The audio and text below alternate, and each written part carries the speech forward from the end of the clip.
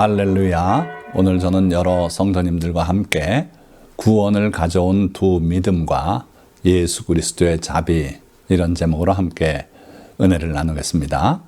본문 말씀은 마가복음 5장 21절에서 43절의 말씀입니다.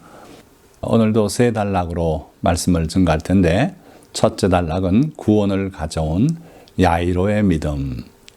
자, 마가복음 5장 21절부터 23절 상반절의 말씀을 보면, 예수께서 배를 타시고 다시 맞은편으로 건너가시니 큰 무리가 그에게 모이거늘 이에 바닷가에 계시더니 회당장 중에 하나인 야이로라 하는 이가 와서 예수를 보고 발 아래 엎드려 간곡히 구하여 이르되. 자, 오늘 이 내용이 예수께서 배를 타시고 다시 맞은편으로 건너가시니 여기서 시작이 되죠. 그래서 그 전에 이야기를 잠깐 드리면은, 예수님께서 어느 날 제자들에게 그 갈릴리 저 맞은편, 거긴 이방인의 땅입니다, 그리로 건너가자 하셔서 건너가셔서 그 귀신 들린 사람 하나를 귀신을 쫓아내 주시죠. 그러나 그 과정에서 돼지 한 2천여 마리가 호수에 달려 들어가서 죽어버려요. 그 지역이 돼지 사육이 많이 번성하던 곳이라 그 거라사인들이 놀라서 예수님께 간곡하게 자기네 지역을 떠나달라고 부탁을 하죠.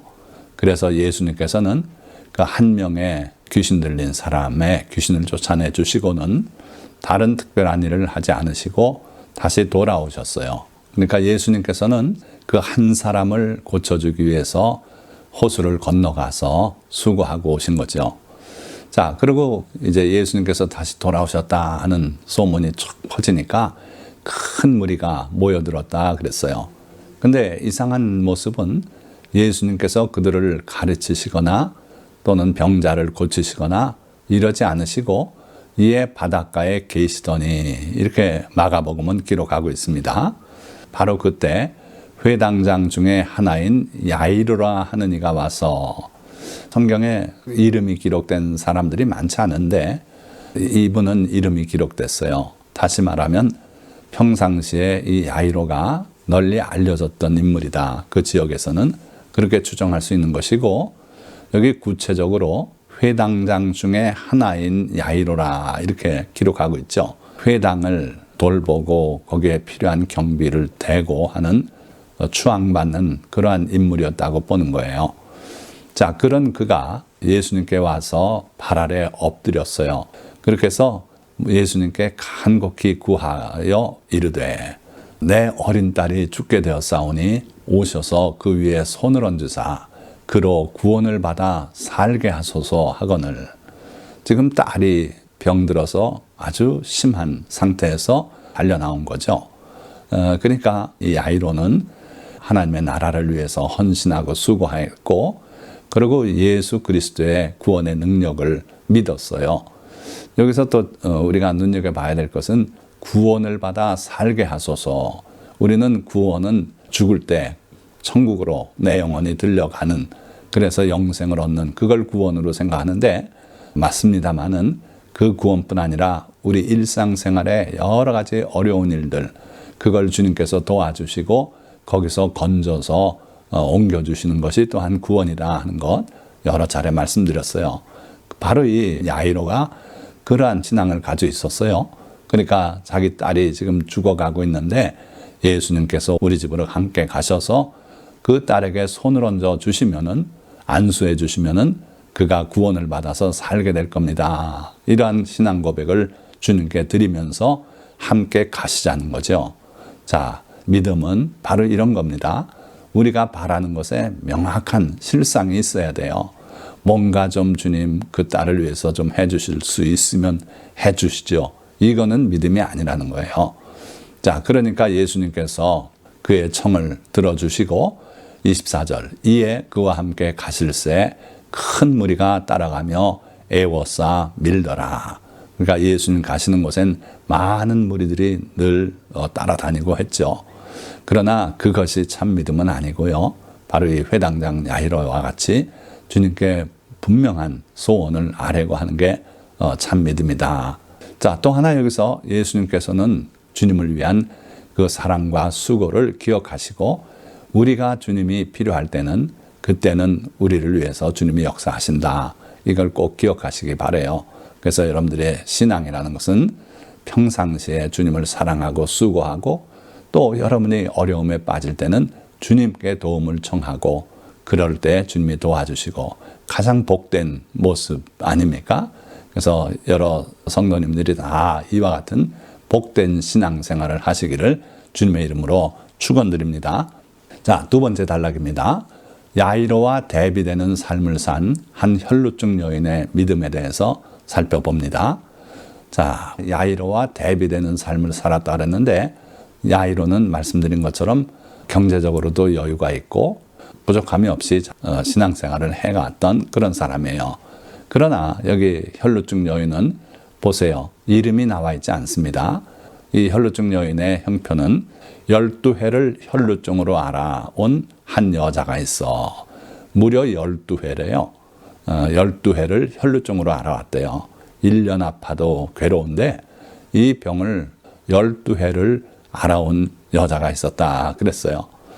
그리고 많은 의사에게 많은 괴로움을 받았고 의사에게 찾아가는 게 나쁘다는 건 아닙니다.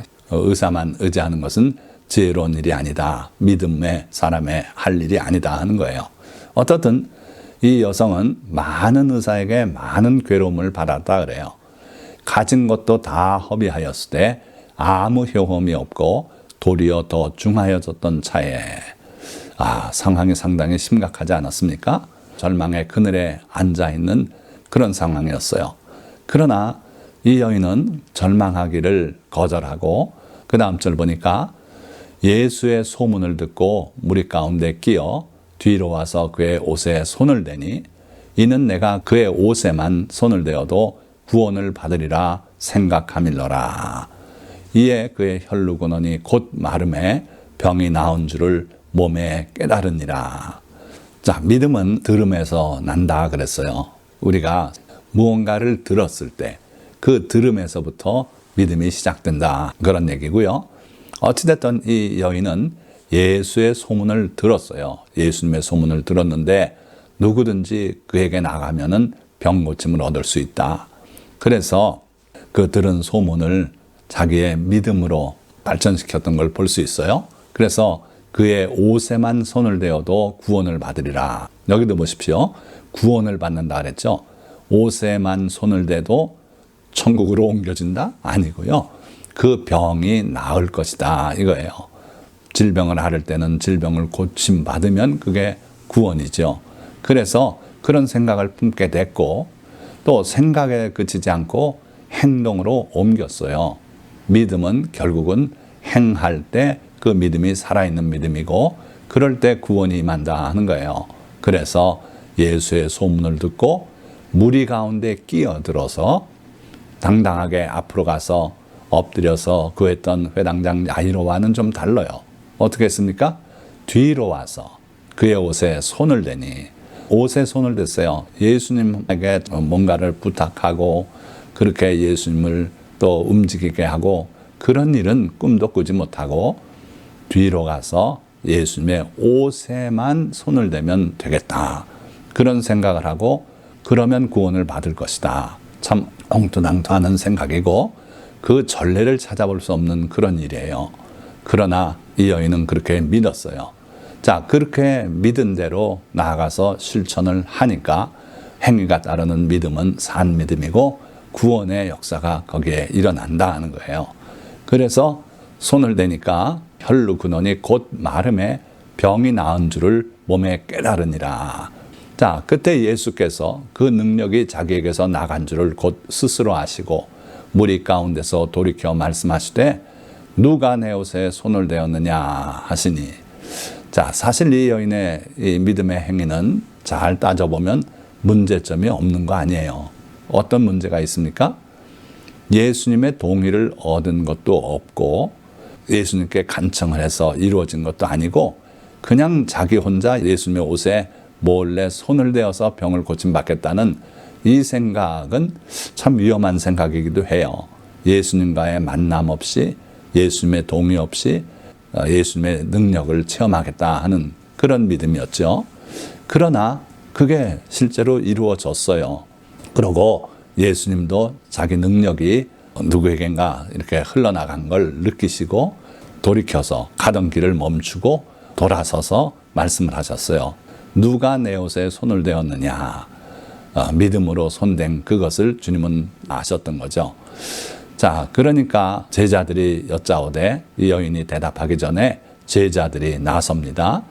무리가 애워싸미는 것을 보시며 누가 내게 손을 대었느냐 물으시나이까. 무리들이 지금 예수님 주변에 수천 명이 밀고 당기고 하면서 함께 가는데 누가 주님께 손을 댔냐고 물으십니까? 그게 말이 됩니까? 하는 거죠. 그러나 예수님은요, 믿음 없이 그냥 주님을 밀고 접촉하고 그거 아무 의미가 없다는 거예요. 거기엔 주님이 관심이 없다는 거예요. 예수께서 이 일 행한 여자, 믿음으로 옷에만 손을 대어도 낫겠다는 그런 자기 생각을 가지고 그렇게 행한 여자를 보려고 둘러보시니 주님은요, 믿음의 사람을 소중히 여기시고 그 믿음의 행위를 보기를 원하셔요. 그래서 여러분들이 믿음으로 주님 앞에 나아가서 주님께 구하고 무엇을 응답받고 할 때 그걸 주님은 기뻐하신다 하는 거예요. 그걸 수고롭게 여기지 않으시고 그걸 기쁨으로 행하시는 주님이시다. 기억하시기 바랍니다. 자, 그러니까 이 여인이 자기가 한 일이 숨겨질 수 없다 하는 걸 알고 여자가 자기에게 이루어진 일을 알고 두려워하여 떨며 와서 그 앞에 엎드려 모든 사실을 여쭈니 그간의 일을 다 주님께 고백했어요. 제가 이런 병이 있었어요. 의사들에게 찾아가서 고침받으려고 12년 동안 수고했지만 낫기는커녕 점점 악화되었습니다. 그래서 주님께 수고를 끼쳐드릴 수는 없고 주님의 옷에만 손을 대도 낫겠다는 생각이 들어서 이렇게 했습니다. 이렇게 고백을 했겠죠. 자, 그러니까 예수께서 이르시되 딸아, 내 믿음이 너를 구원하였으니 평안히 가라. 내 병에서 놓여 건강할지어다. 자, 그렇게 해서 옷에만 손을 대도 낫겠다 그랬고 자기 생각에 그렇게 해서 병나음을 자기가 느꼈고 했는데 예수님은요, 내 믿음이 너를 구원하였다. 내가 도둑질한 것이 아니다. 내 믿음이 이러한 결과를 가져왔다. 그러니 평안히 가거라. 내 병에서 놓여 건강할지어다. 앞으로 건강한 삶을 살고 평안한 삶을 살아라. 근심 걱정하지 말고 이제는 행복한 삶을 살거라. 이런 축복을 더해 주셨어요. 그러니까 이 회당장 야이로의 믿음과 그 삶과 이 여인의 믿음과 삶은 참 대조적이에요. 주님은 그러나 이 두 사람에게 다 은혜를 베푸시고 자비를 베푸셨어요. 한쪽은 잘 나가는 사람에게 베푸신 은혜고 한쪽은 완전히 절망의 그늘에 앉은 여인에게 베푸신 은혜였어요. 이 여인의 이 믿음은 참 놀라운 믿음이었어요. 왜냐하면 전례를 찾아볼 수 없는 그러한 믿음 아닙니까? 예수님께서 손을 얹어주시고 안수하셔서 병 고치는 건 봤는데 옷에다 손을 대도 병이 낫겠다는 이런 믿음은 정말 전례가 없는 믿음이었죠. 그런데 놀랍게도 이 혈루증 여인의 이 행위가, 믿음의 행위가 많은 사람들에게 영향을 줬어요. 어떻게 할 수 있습니까? 마태복음 14장 34절에서 36절의 말씀을 보면 그들이 건너가 게네사렛 땅에 이르니 그곳 사람들이 예수이신 줄을 알고 그 근방에 두루 통지하여 모든 병든 자를 예수께 데리고 와서 다만 예수의 옷자락에라도 손을 대게 하시기를 간구하니 손을 대는 자는 다 나음을 얻으니라. 할렐루야. 놀라운 일이 벌어지고 있었어요. 그 이전에는 볼 수 없었던 모습 아닙니까? 예수님께서 자기 집에 오셔서 안수를 해줘서 살려달라고 야이로도 그렇게 간구했는데 그게 일반 믿음 아닙니까? 그렇게들 믿었어요. 그러나 이 여인이 예수님 옷가에 손대고서 병이 낫는 것을 보고 나서 많은 사람들이 용기를 얻어서 예수님께 안수받는 과정을 거치지 않고도 예수님이 지나가실 때 옷가에 손만 대도 병이 낫겠다는 그런 믿음들이 생겨서 예수님께 그렇게 간구하고 또 손을 내는 자는 다 나음을 얻었다 그랬어요. 자, 마지막 단락입니다. 이건 사실은 회당장 야이로의 믿음의 연속이긴 한데 야이로의 딸에게 베푸신 구원이에요. 자, 그래서 야이로의 집으로 가던 도중에 혈루증 여인과 만남이 있었고 그에게 주님께서 구원을 베풀어 주셨고요. 그리고 다시 초점이 야이로에게 돌아갑니다. 35절. 아직 예수께서 말씀하실 때에 회당장의 집에서 사람들이 와서 회당장에게 이르되 당신의 딸이 죽었나이다. 어찌하여 선생을 더 괴롭게 하나이까. 비보가 날아온 거예요. 당신의 딸이 죽고 말았습니다. 이제 예수님을 더 괴롭게 하실 필요가 뭐 있습니까? 끝났습니다. 이런 얘기죠. 사람들에게는 죽음이 최종이에요. 거기서 끝나는 경우들이 많아요. 그러니까 죽기 전에는 온갖 의술을 다 하고 노력을 다 해보지만 그러나 막상 숨이 넘어가면은 모든 노력은 다 수포가 되고 끝나고 말죠. 이게 일반적인 일 아닙니까? 그래서 그 사람들이 회당장 야이로에게 그렇게 말하고 있는 거예요.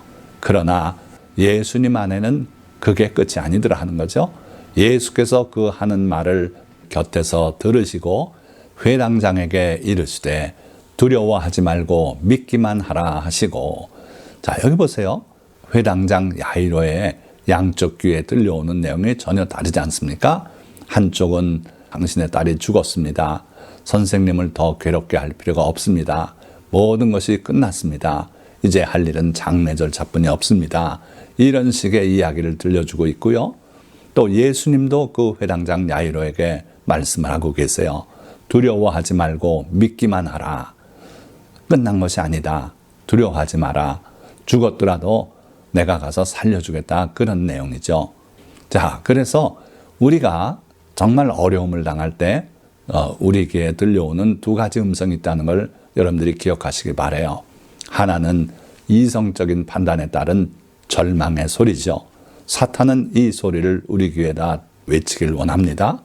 그러나 주님은 또 한쪽 귀에 두려워하지 말고 믿기만 하라. 소망이 있다는 거예요. 아직 끝이 아니라는 거예요. 우리가 무슨 일을 해나가다가 큰 어려움을 만나게 돼요. 그런 경우들이 있어요. 그럴 때 여러분들이 물러가면 주님이 기뻐하지 않는다 그랬어요. 두려워하지 말고 믿고 주님께 더 가까이 나가고 주님을 붙들고 간절히 기도하시고 그러면 놀라운 구원을 여러분들이 체험하게 될 줄 믿습니다.